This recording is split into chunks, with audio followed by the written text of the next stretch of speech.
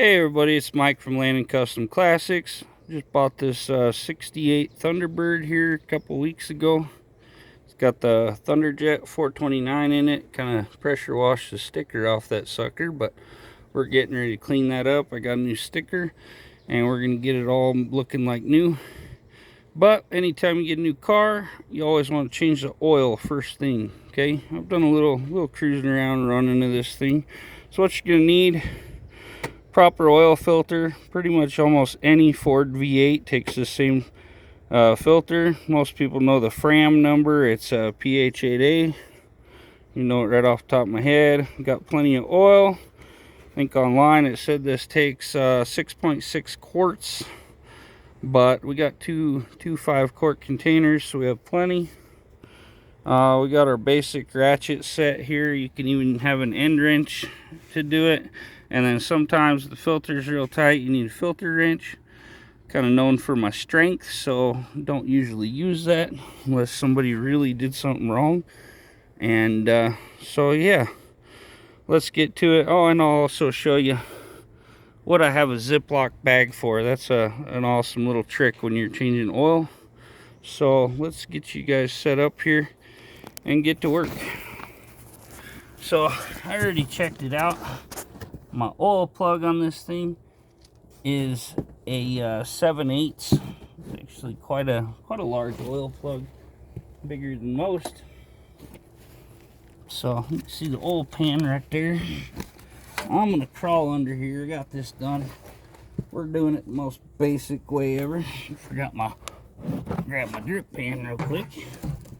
Okay, always have your drip pan in place. You don't want to make a mess. We're just gonna make sure our ratchet's the right way and pop this oil plug loose. Instead of fighting it, if you can push this on here pretty good. Oh, I thought it was turning. Yeah, it's hard to keep it on this one. But if you can keep it on there right, just hit it with your palm a few times. Slap that sucker around a little bit, and it'll usually break it right loose. Okay, we're gonna get that little loose. Do it with our fingers. Keep your fingers toward the top. There's a trick to this. You gotta know right when you get to the end. It's kind of hard, but if you do this right, you can yank this plug out of here and pretty much stay oil free. Boom, right there. See? Boom, not a drip of oil on my fingers. It takes time. Learn how to do it just right. We're going to center that so it goes right down the hole real nice. And just wait till that sucker drains out a bit. Then we're going to take our plastic bag here. I'll try to show you guys this trick. Try to get the camera around here so I can show y'all. But let's see. I can probably hold it here. I need to figure out how to lock my camera in place. Back it out there. And yeah. Wish I had somewhere to stick this.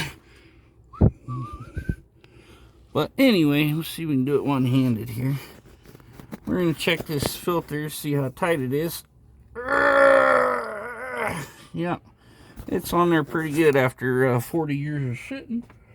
So that we don't have to fight it too much, we're just going to put the wrench on it. Now these wrenches go one way. You got to pull it tight a little bit, and then it tightens up, and then you just press it. Yeah, that one was on there pretty stiff from all the time it's set. Once you break that baby free, let go, because you're just going to, you can do it easier by hand. My phone case is falling apart here. And get some super glues. Okay, you can take and slide your Ziploc bag up over the oil filter, and you want it actually to go over the top just a little bit. Okay, if you can get it past the top to where it kind of sits up on the block a little bit, that's perfect. What you're gonna do here is you're not making a huge mess. Trying to see what I'm doing here. Oh, it's leaking down the side of the bag a little. We'll get our pan over here enough to catch them both.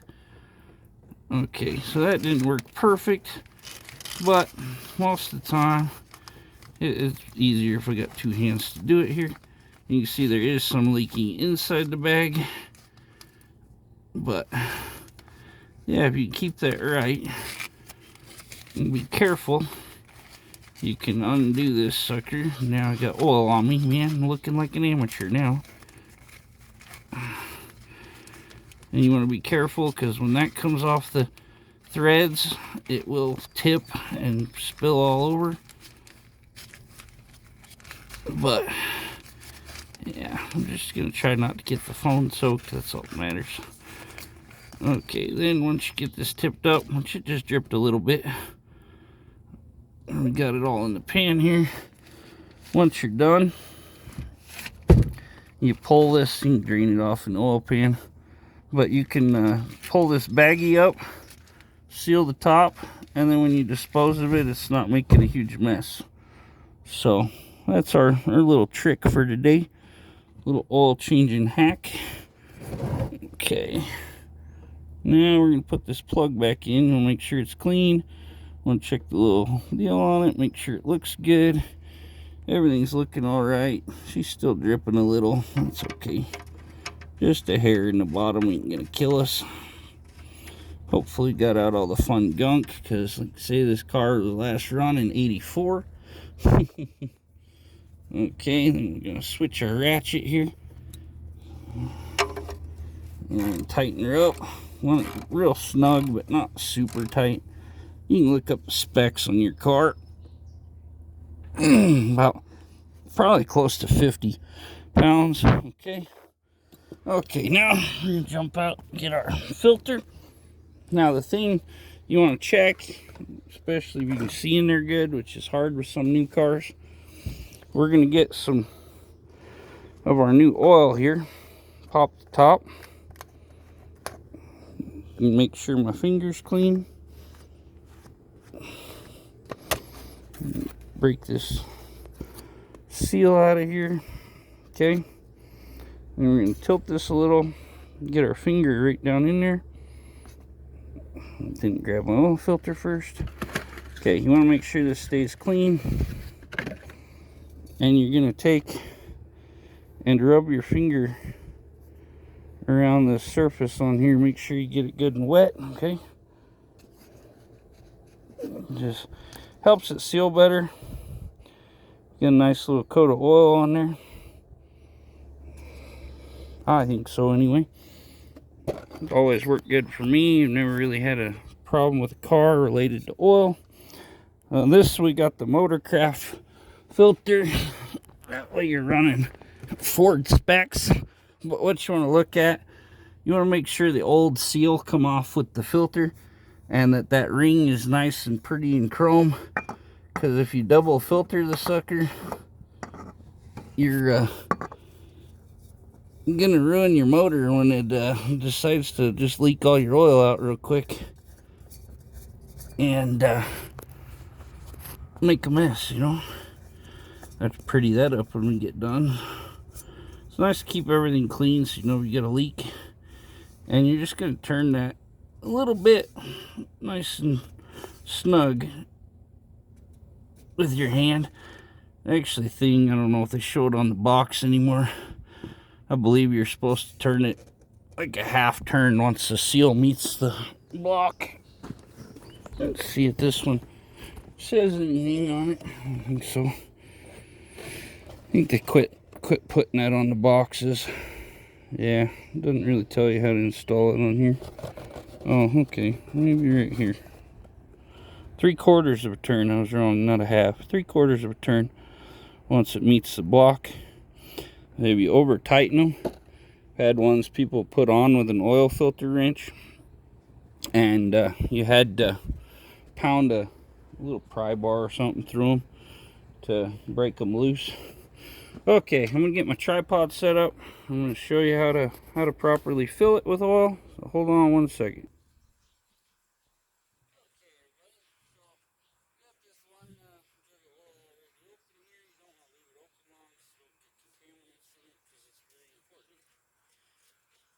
Remove our oil cap.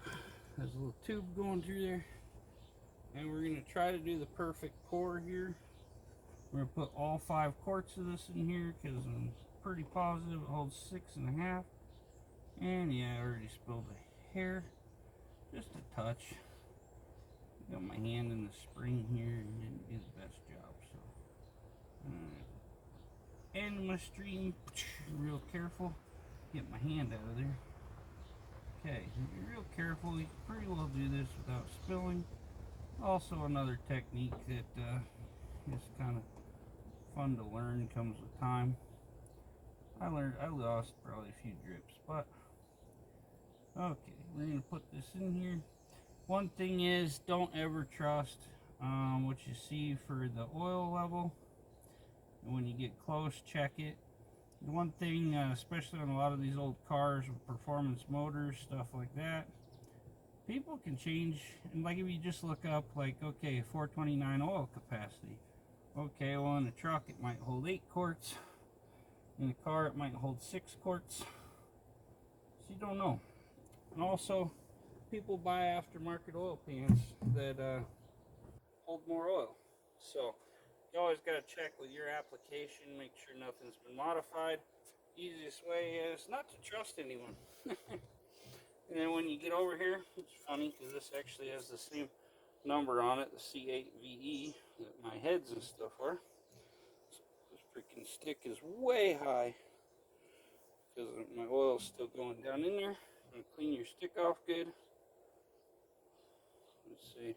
Warranty requires 101B oil. Don't even know what that is. Okay. But yeah, here's our little stick. When it hits add, the first little bubble down here, I think that's 2 quarts low, 1 quart low, and full. Best way to do it. Don't trust anybody. Use your dipstick. Make sure you don't put too much in. Put your dipstick all the way in there firm. Pull it out. We're actually just above the full line. We may be 5 quarts. So, let's say if it's just a hair over, that's cool. The big one that makes the difference with overfilling is your transmission normally. You can cause a lot of damage by overfilling it. But yeah, we're just an FU over being full, so that should be all right. Once we start it, you gotta run it for a minute also. Could suck that much into the filter. Sometimes they don't just fill right into the filter, you gotta run them. So let's fire it up for a minute, see what she does.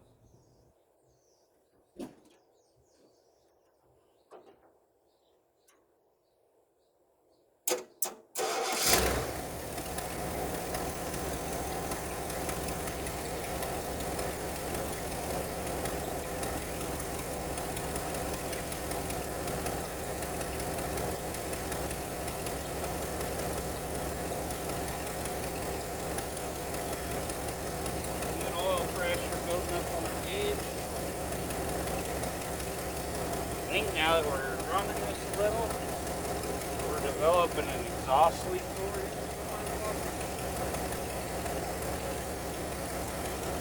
Yeah, right there. Oh, that's going to be a fun one. It has a cracked exhaust manifold now. Yep.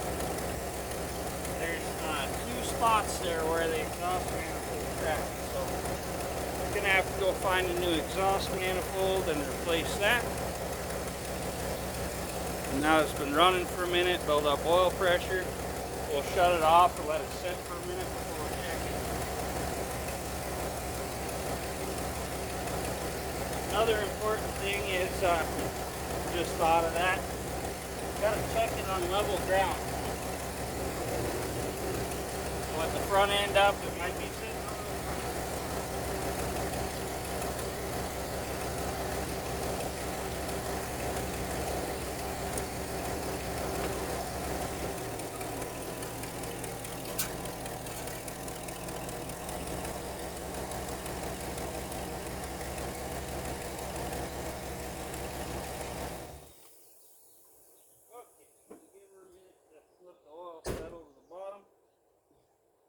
we have really good oil pressure coming up on our gauge, which is something you want to keep an eye on. You want a gauge that actually shows you what your oil pressure pressure is.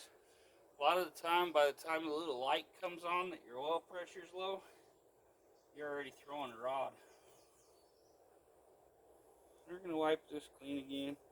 I usually have a roll of shop towels around for that, but I think they're in my Geo tracker. It's still sitting over at the shop. Yeah, this thing got to take a minute to settle. Set the dipstick there. Try to keep it out of anything dirty, and we'll wipe it off again before we put it back. But yeah, changing oil isn't hard, but you want to make sure you do it right. And look at that OtterBox case from my phone. Falling all quick pieces. Gonna have to super glue it or something. But yeah, changing oil and checking your transmission fluid, changing it when you're supposed to. Make sure you change the filter. That's a huge reason why they quit putting a plug on the transmission pan, because people were just draining the fluid and changing it, and they were neglecting to change the filter or clean the screen, and then the particles block up everything, and then your transmission doesn't get fluid right, which your transmission is a very temperamental hydraulic system, so you got to maintain it properly. Okay, this should be long enough. We're going to check this sucker. It's starting to rain on me now. Okay, so yeah, we're still right about at the FU. So we went a little over. So literally this might actually take about 4.5 quarts instead of the 6.6 I thought. So I'll have plenty to top my truck off because it's a leaking booger. So thanks for tuning in, everybody. Well, another thing real quick too, air filter, big deal also. But yeah, that's some of your major, really cheap things to maintain. Your air filter probably costs about $10–15. All the oil to do this at Walmart cost me $44. Well, that's without this one. I actually got that for $15 and $10, so it's actually $25 to change the oil on this, and that can save your motor. So don't neglect it. Take care of your cars. Treat them well. And thanks for tuning in. We'll catch you on the next one.